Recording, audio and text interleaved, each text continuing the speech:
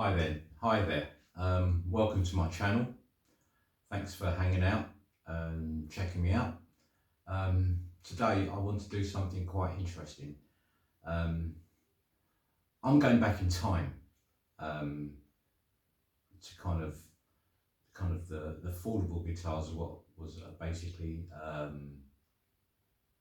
kind of available to people like myself growing up with my family, mum and dad, still at home, kind of not a lot of cash,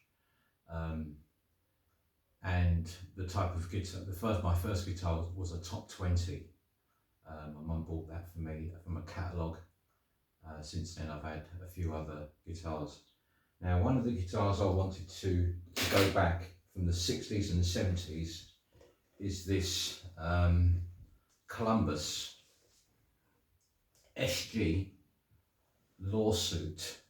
See the headstock, it's very much like a Gibson.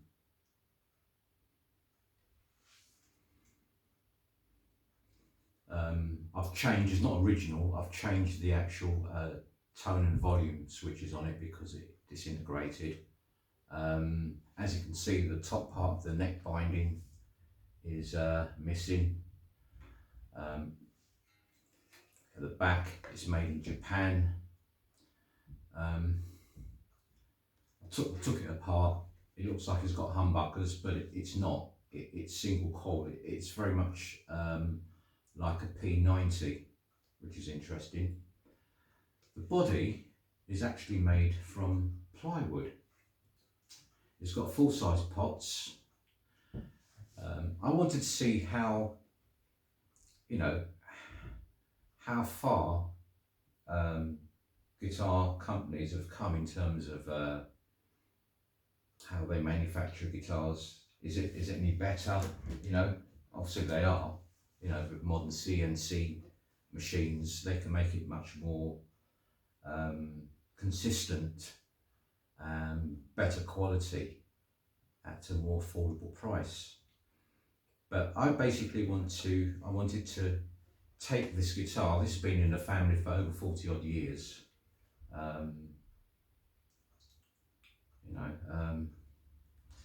I wanted to keep exactly the stock pickups, don't change none of the switch gear. I wanted to see if this was the only guitar available to me now, could I make it to compete with a modern guitar like the one I repaired. I'll go into details on that. My Desert Burst Harley Benton 552. I'm going to come back to that in a minute because I basically had to repair the headstock. I'm just going to explain what I did to that. But I want to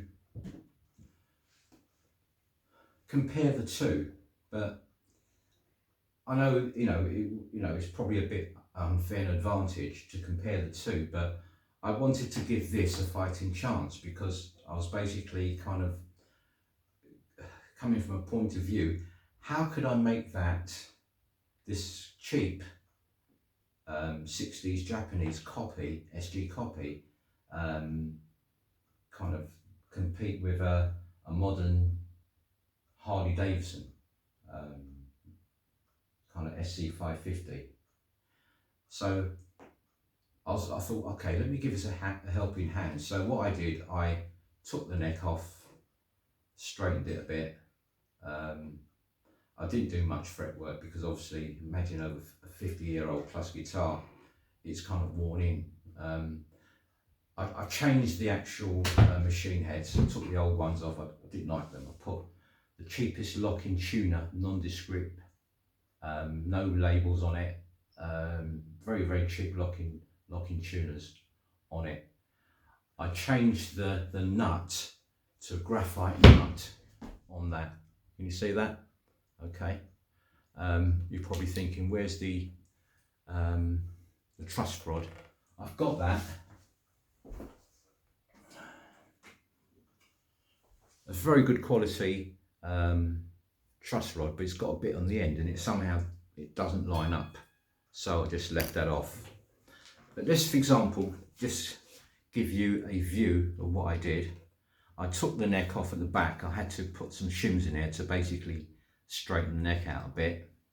As you can see, it's made in Japan. Okay, it's got all the war wounds on it. It's got the scuffs. This is naturally done over many years of playing. Okay, it's got a kind of a D-shaped neck on it. Very slim D-shaped neck on it, profile. So I said it has been through the wars a bit. Okay, if I can really show you that, can you see the edges of that? It has been through the mill, but it has survived.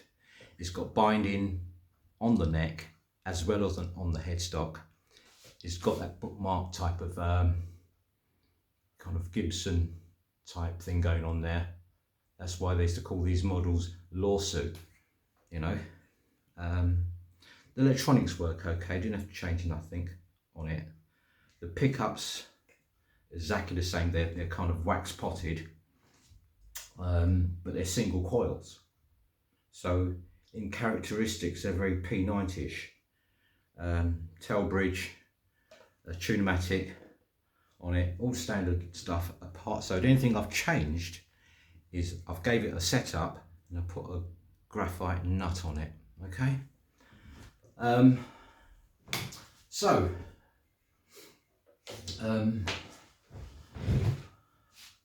going to play through my PV Valve King 112 valve amp. It has a clean channel and a dirty channel, and I've EQ'd it to kind of represent a fairly sound to suit this guitar. It's got a foot switch, so I'm not using any pedals per se.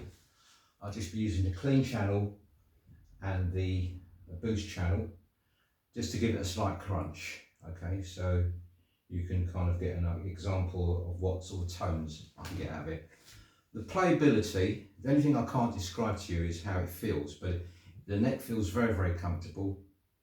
There's no sharp edges, because imagine over something that old, it's just worn in. It feels something like an old slipper. Very, very comfortable to play with. Okay. So all it's got on it, it's got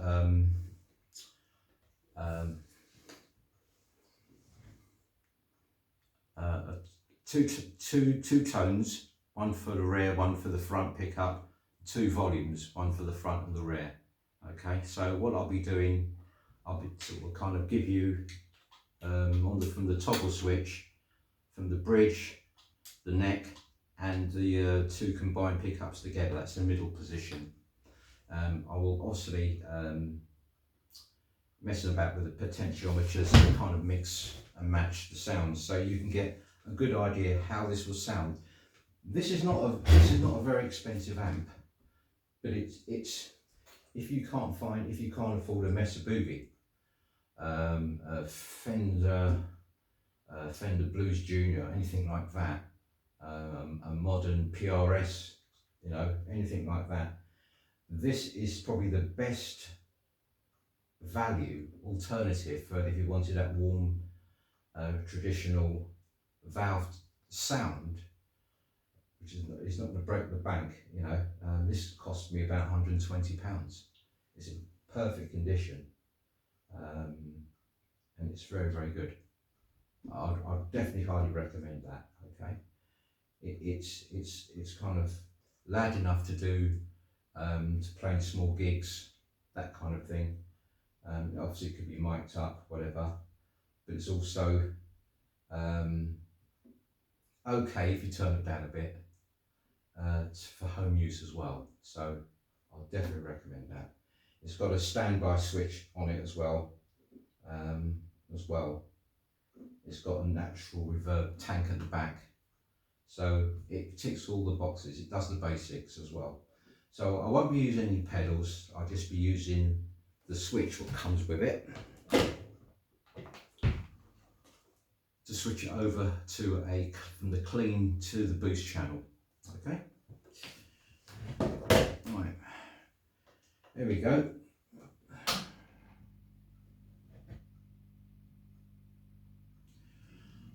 Right, let's start on the neck.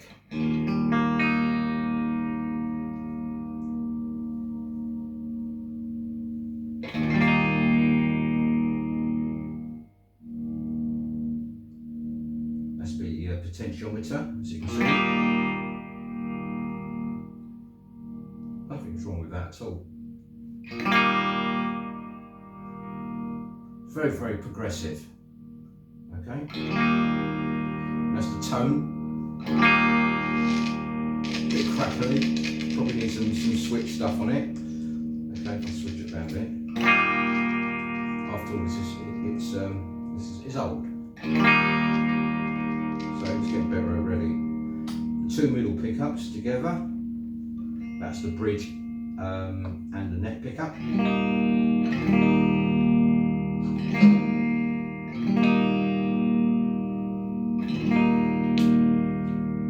The actual neck, the actual neck position.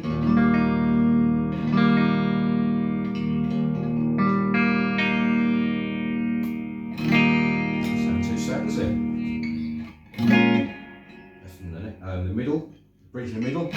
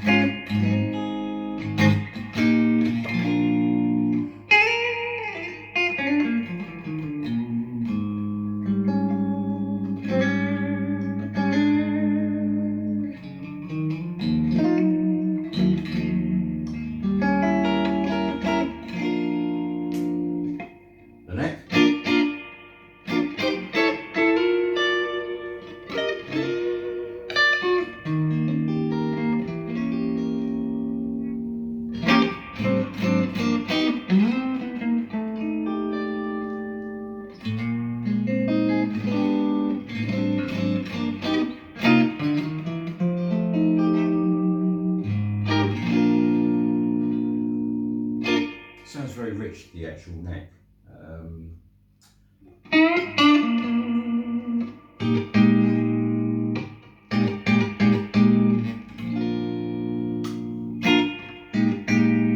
The actual neck in the middle.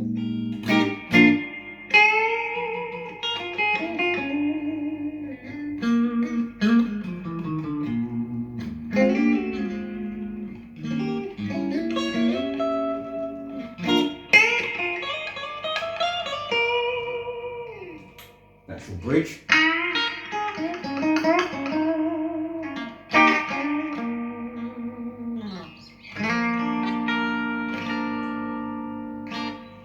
So you got to admit that's not bad for something that old, you know. So I've put 9s on it, by the way. Some D'Addario 9s. I went something light. The action was extremely low, but I do like it low. But I like it when it's too low, it buzzes a bit. So I just lifted it off, you know, raised it a bit, and it's fine. It sounds very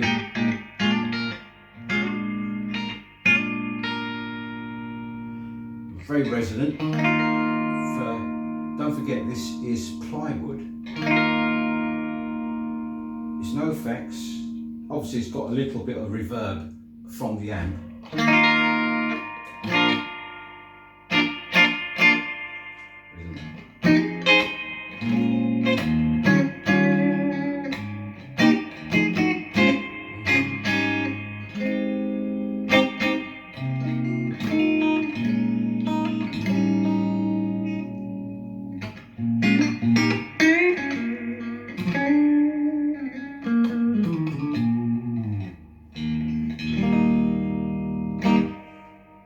Nothing wrong with that at all. So if this was the only guitar I could ever afford, I've made it so it's playable.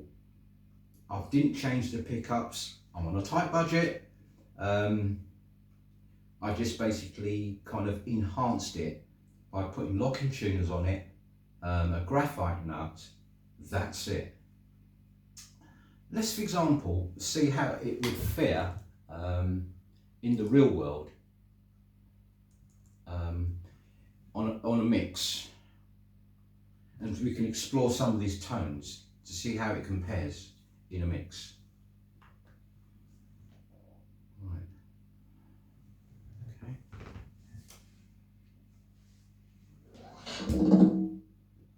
Okay, there we go. I'll get it going.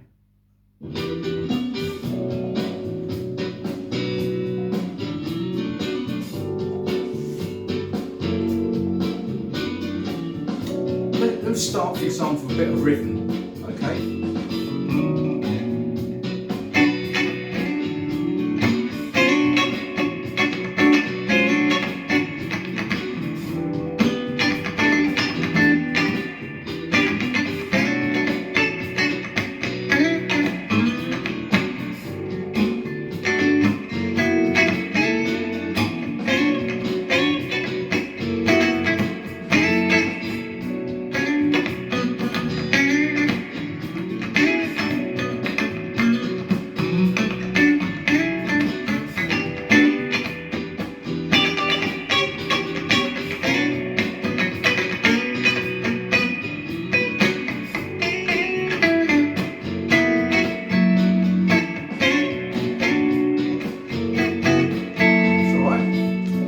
On the neck, bit of the lead.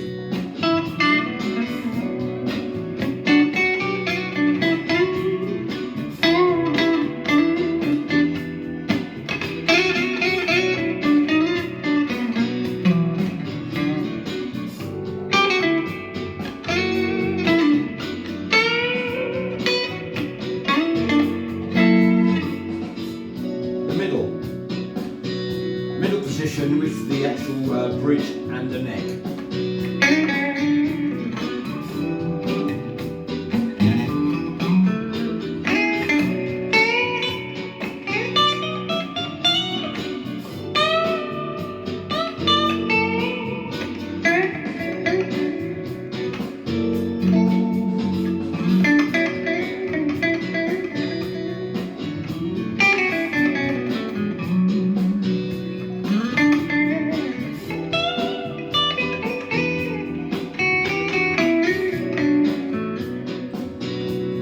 Bridge.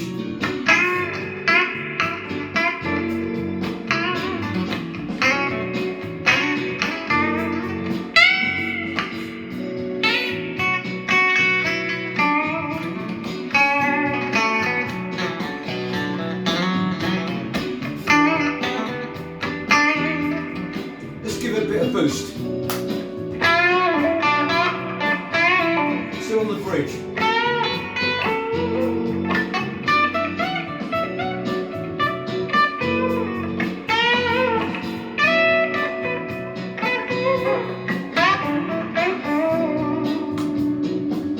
The actual bridge and the neck.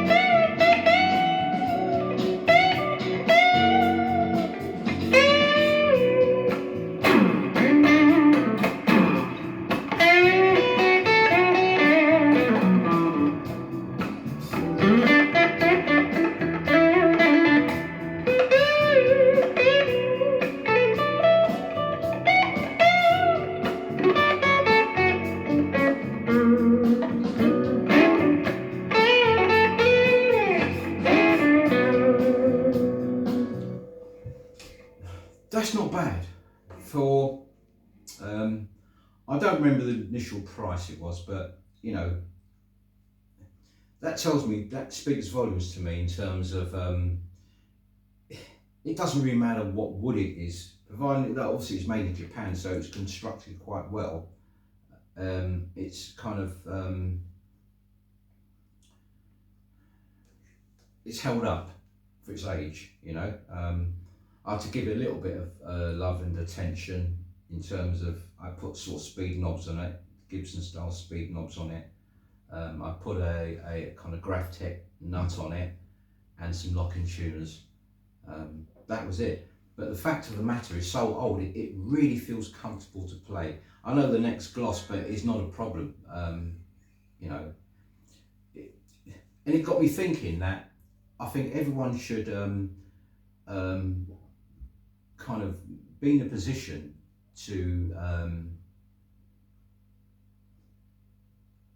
literally kind of you can make any guitar, doesn't matter how cheap it is, sounds very good. I think the most important thing is having a good amp, so you can obviously get a good tone out of the guitar. It doesn't matter what you spend on the guitar. The most important thing is the setup. If you can't set it up yourself, it's best to get an experienced luthier, but not just, you know, it'd probably be better if you was there and told him exactly what you wanted, what gauge strings you prefer, the action, because everyone's different. You know, whatever feels good to me, it might feel unplayable to somebody else. So what I've learned over the years, it doesn't matter how much you pay for a guitar. If it's not set up properly, you might just hang it on the wall, yeah? So that is, I think it's kind of giving a good account on itself. So, you know, I'm not suggesting go out and rush out and buy one of these things, but if you're on a budget, you can get it very cheap, go for it. You know, what have you got to lose? But, you know, it doesn't matter if it's something like this. You know, some people can't afford a vintage. This is classed as a vintage guitar, but it's very, very cheap. You know, I'm not saying all of them made by plywood, so I've got some few others which I'll basically show you in other up and coming videos, which are 70s and 80s, and they literally, the build quality rivals the top 3 or top 4 makers out there in terms of build quality and stuff like that. But this is something that, you know, you won't mind taking it out. Because can you imagine going on stage or playing out somewhere in a second, and you see some people, like probably my age group, think, I remember those Avons, Columbus, all those type of guitars, what was made in the 60s and 70s. You know, it'll put a smile on someone's face thinking, oh my goodness gracious, I grew up with those guitars like that, and it's still playing. It still sounds as good as anything out there, okay? Now, what I'm going to do, I'm going to basically put this to one side for now, and then, for example, talk about the Harley Benton, okay? What I've done with it. Put it on standby for a minute. Right.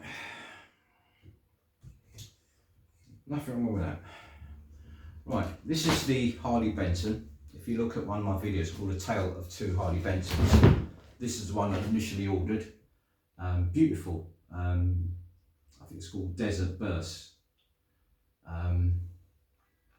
You know, I couldn't afford a Gibson Custom, but what attracted me to get this is obviously I saw a lot of guitars, a lot of videos online about these guitars, and the fact it had a maple cap, stainless steel frets.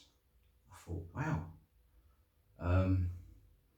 You know, I bought it, and then, you know, I looked, to my horror, the neck on both sides was cracked. If you basically go and check out my other videos, The Tale of Two Harley Bentons, it goes into more details of the story. But it was cracked, and then ended up basically sending me out another B stock, which was flawless. Okay, and they told me to keep this. So what I did, as I was playing it, the neck was getting looser and looser, and I thought this is going to fall off any minute. So, being a paint and decorator, I've done a pretty crude job. If I can come and show you, what I did, you can hardly see it, but I made an incision down both sides of the neck where the crack was, yeah, very deep, and made 2 great big channels, yeah, and I filled it with some sort of very, very strong wood glue and clamped it, yeah, and then I got some dye and just filled in the gaps as well, just to smooth it off a bit of, wood filler. But you can't really, I don't know if you can see the repairs. Oh yeah, you can. If I just basically show you there, that's the one side of it. Okay, and then you can't really see the other side, but I was quite pleased with that. So, you know, it cost me a lot of money, hundreds of pounds to get it done, but I ended up doing it myself. And sometimes people have said, that if a neck is properly repaired, it actually sounds better. I don't know if that's psychological, but there's nothing wrong with it. It's stable and everything else. So I've done a very crude, you know, I couldn't really wait because it's been ages since I've done my last video. I've just done a crude recording, giving it some stick. You know, I was very tired. You probably looked at my hat on. I was falling half asleep. So I was making a lot of mistakes, but that wasn't the point. The whole point is I wanted to see if it can sort of stand up to the abuse, and I've been playing it every single day to make sure it stayed in tune, and you know, and the repairs I've done held up, which it did. So now I showed you something from the 60s and 70s. It's not really I suppose it is a kind of comparison, but I want to see how far the guitars have come, and I'm going to give my honest opinion how it felt. That guitar, it feels something like you know, you've got a comfortable slippers or a comfortable chair. It feels like that. It really does. It feels comfortable to play. The tones wasn't that bad, you know. You know, something it's you know, it sounds very much like the pickups. It sounds kind of rich and almost the characteristics of the P90. But let's, for example, you know, revisit this guitar, this beautiful Desert Flame Burst Harley Benton 552, and let's see how it sounds through my PVM. Okay, this is through the clean channel.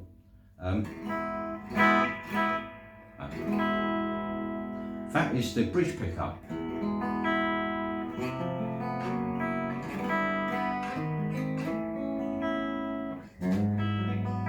That's the neck pickup.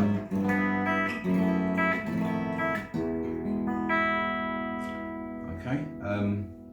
Yeah, I've noticed something about these potentiometers.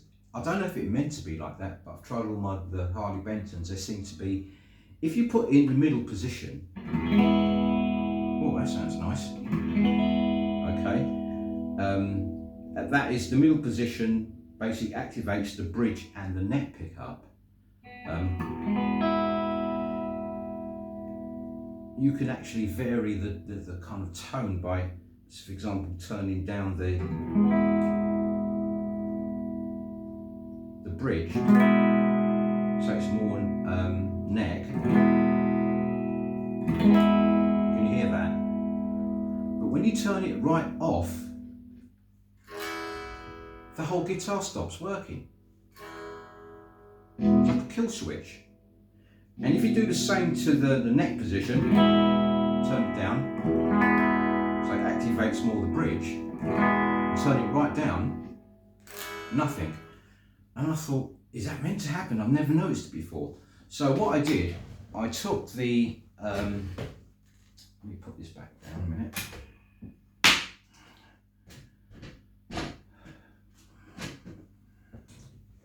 Right, this is the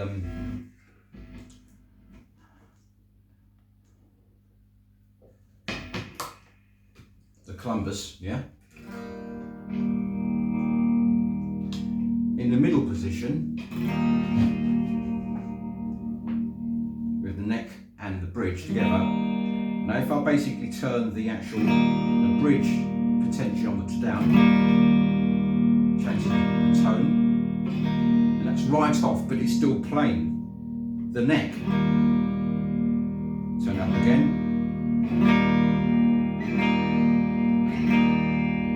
And if I basically start turning down the potentiometer, which is the volume for the neck, and obviously you can hear the bridge getting activated.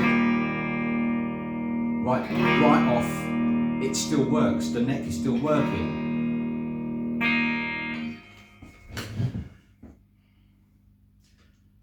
That's weird. Now, I'll just do that again.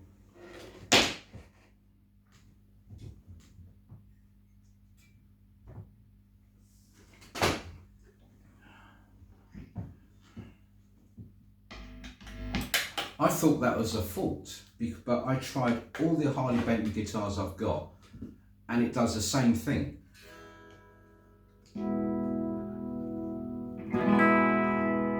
The reason why this sounds a bit different, because I've literally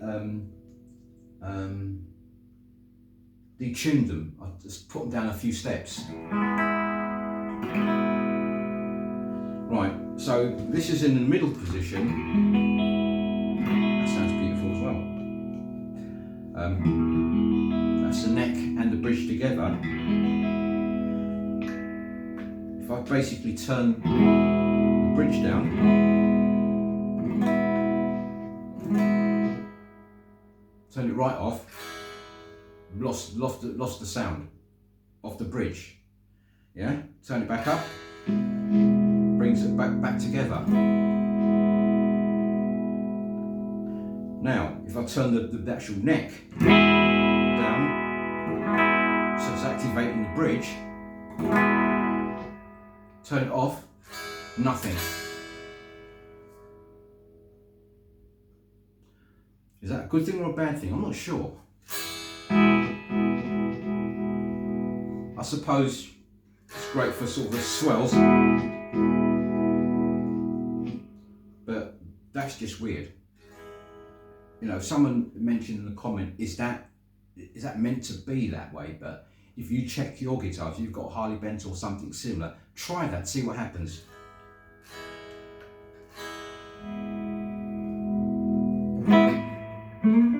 Okay, let's, for example, come back to the tones of this guitar. On the neck, very rich.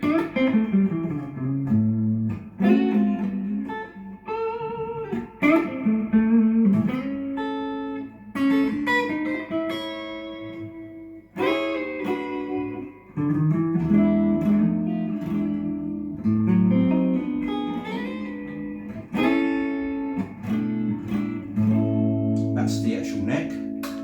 That's both together.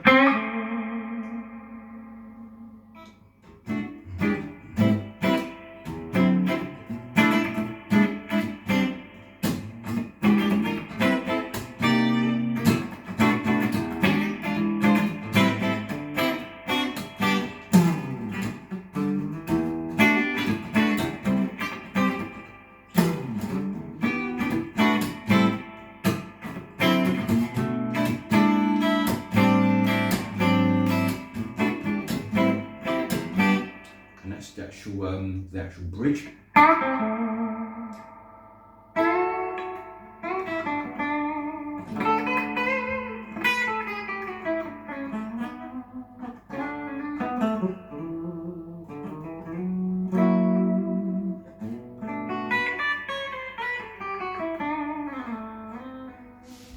Let's say on, for example, give it a bit of on the bit of boost channel.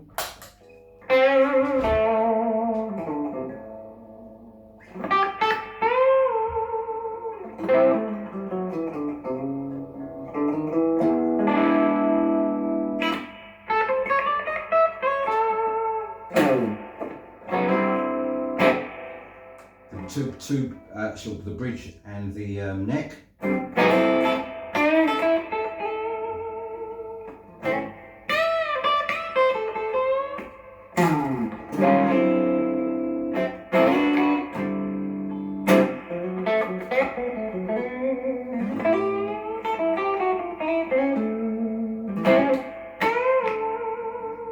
And the neck.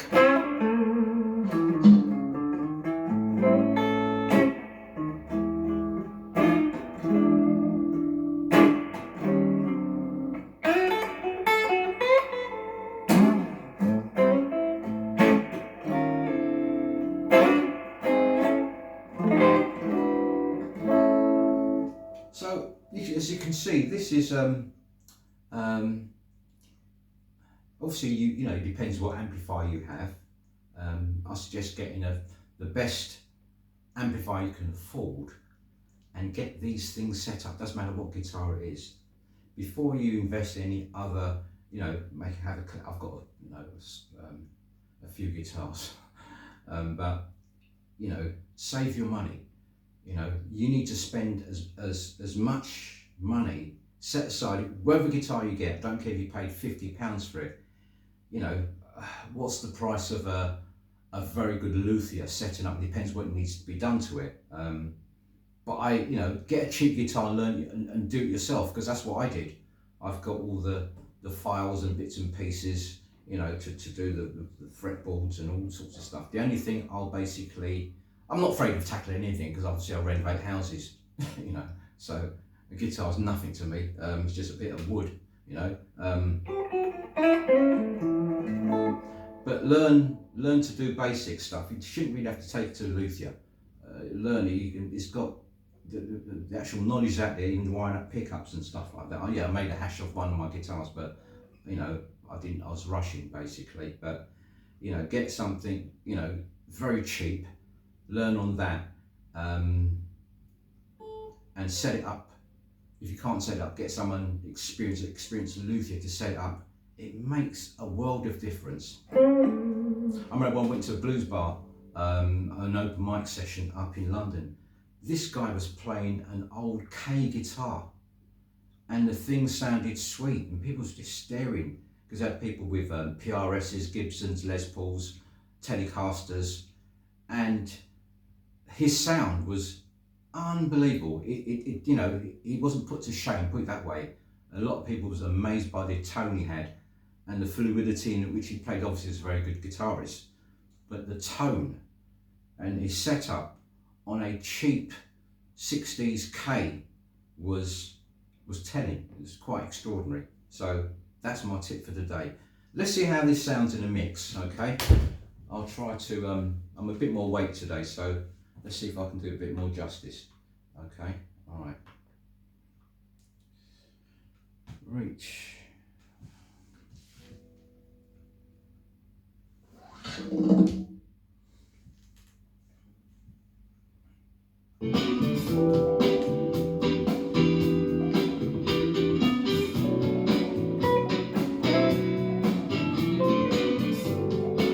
Start with the neck, bit of rhythm.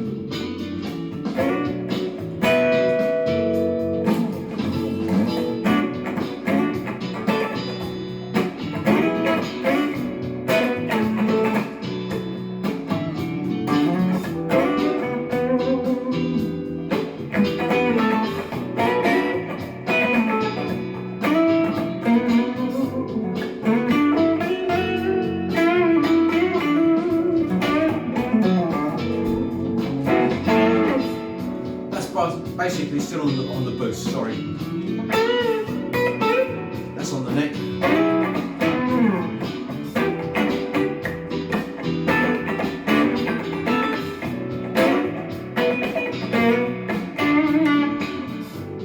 The actual bridge and the neck.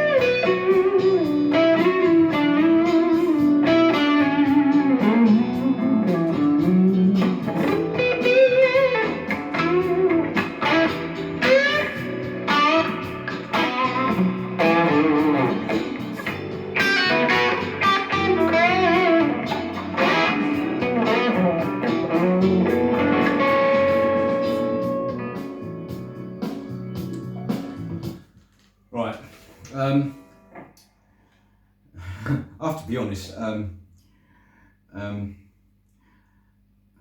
That's okay. It is what it is. But you know, the guitars have come a long way. You know, I've got a Gibson Les Paul. You've heard it on one of my channels. This comes very close to that. I mean, now I've basically, you know, I've sort of repaired the neck on this one. This actually feels even different to the one which I've done a comparison with. This one's got more, but having said that, you know, I've put new strings on it. I've set it up in a different way, so it's no choking out or nothing like that. It rings. You heard the sustain on it. I mean, okay, this, for example, on the clean channel.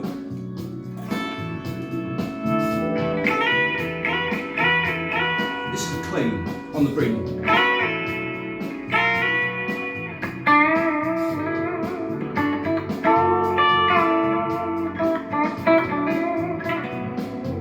So it's got to stay even without no boosting.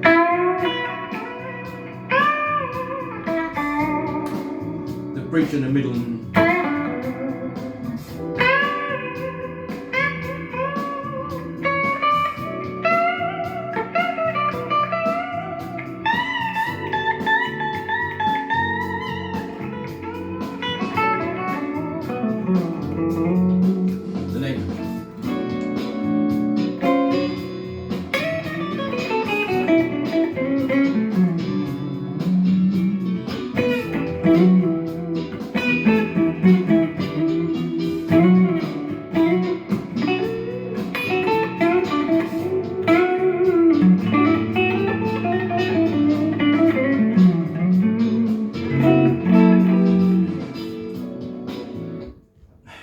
It's a lovely guitar. I'm not a guitar snob, as I said, but it doesn't matter. To me, it doesn't matter. You can have a £3,000 guitar, a £24,000 guitar, a £50 guitar. You know, if you've got a £10,000 guitar, and you know it's not set up, and you've got a £50 guitar, a cheap brand, and it's sets up and it's been set up by a professional, it's set up to exactly how you want it,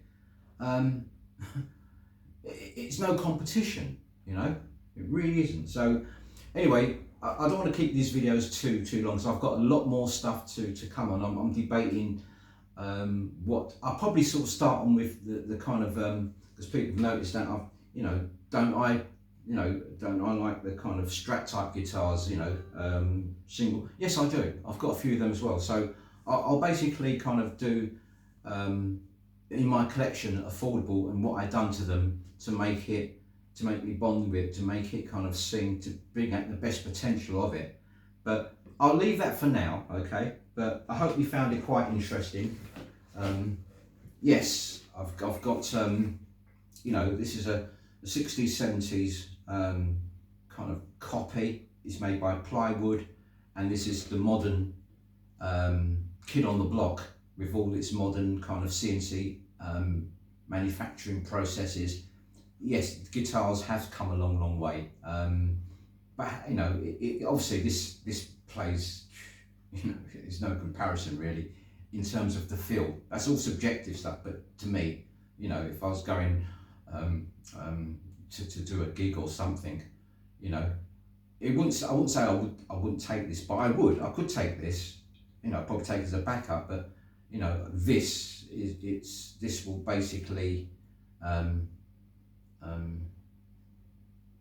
if someone basically went on a world tour with this, they won't be embarrassed, put it that way.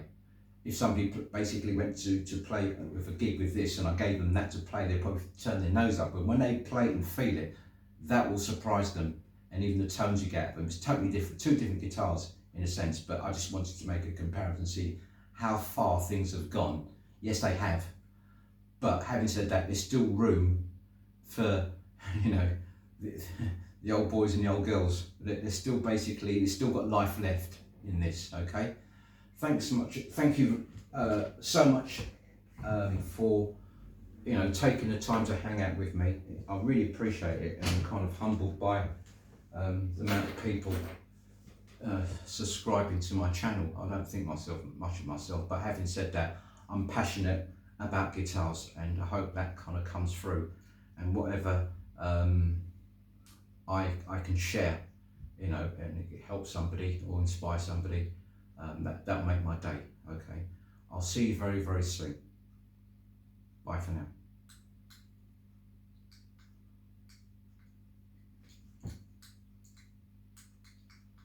Okay, not working. I've turned it off manually.